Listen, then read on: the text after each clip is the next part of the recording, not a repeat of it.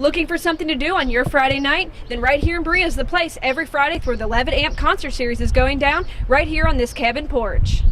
We spoke to Allie Blair, who helped organize the Levitt Amp concert series and secured the $25,000 grant to do the 10-week series every single Friday through September 8th.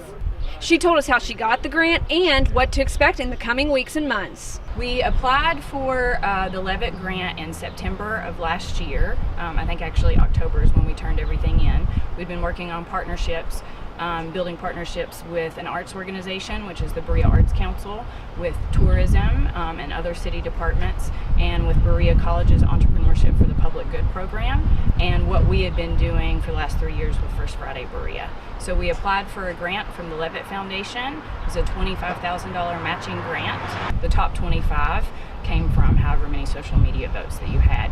A big component for the Levitt process is that you have a large amount of community support, so you can actually kind of pull something like this off, and they feel like that gets demonstrated in part by the social media voting contest, which is a matching grant. So we had to come up with our $25,000 as well, from lots of small businesses within the community, both with cash, donations. Our vendor fees helps with that, and we also can count in-kind donations as part of that $25,000. Most of what we were doing with First Friday falls right in line with the Levitt series. We're doing every Friday instead of one Friday a month.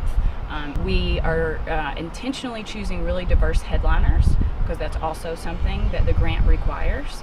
And where the space was located was something that they were interested in. It had to be a space that was open, that it was grassy, that didn't have fixed seating, that was available and walkable from lots of neighborhoods, lots of people from all different socioeconomic backgrounds. So it kind of lined up with what we were already doing down here in the Old Town Artisan Village. We still have vendors, we still have food trucks, we still have inflatables and kids activities. One of the big differences is that we don't have a fire show after every single one of our events like we have in the past. I think the Levitt Foundation is very concerned that this become a sustainable community event, and so they are willing to help the community get the buy-in from the businesses, from the local governments, from all the different sectors coming together. And so they put $75,000 into Middlesboro over the last 3 years. So we have agreed that we are going to apply for next year. Through September 8th, every Friday, we shut the streets down here a little bit after 5 o'clock.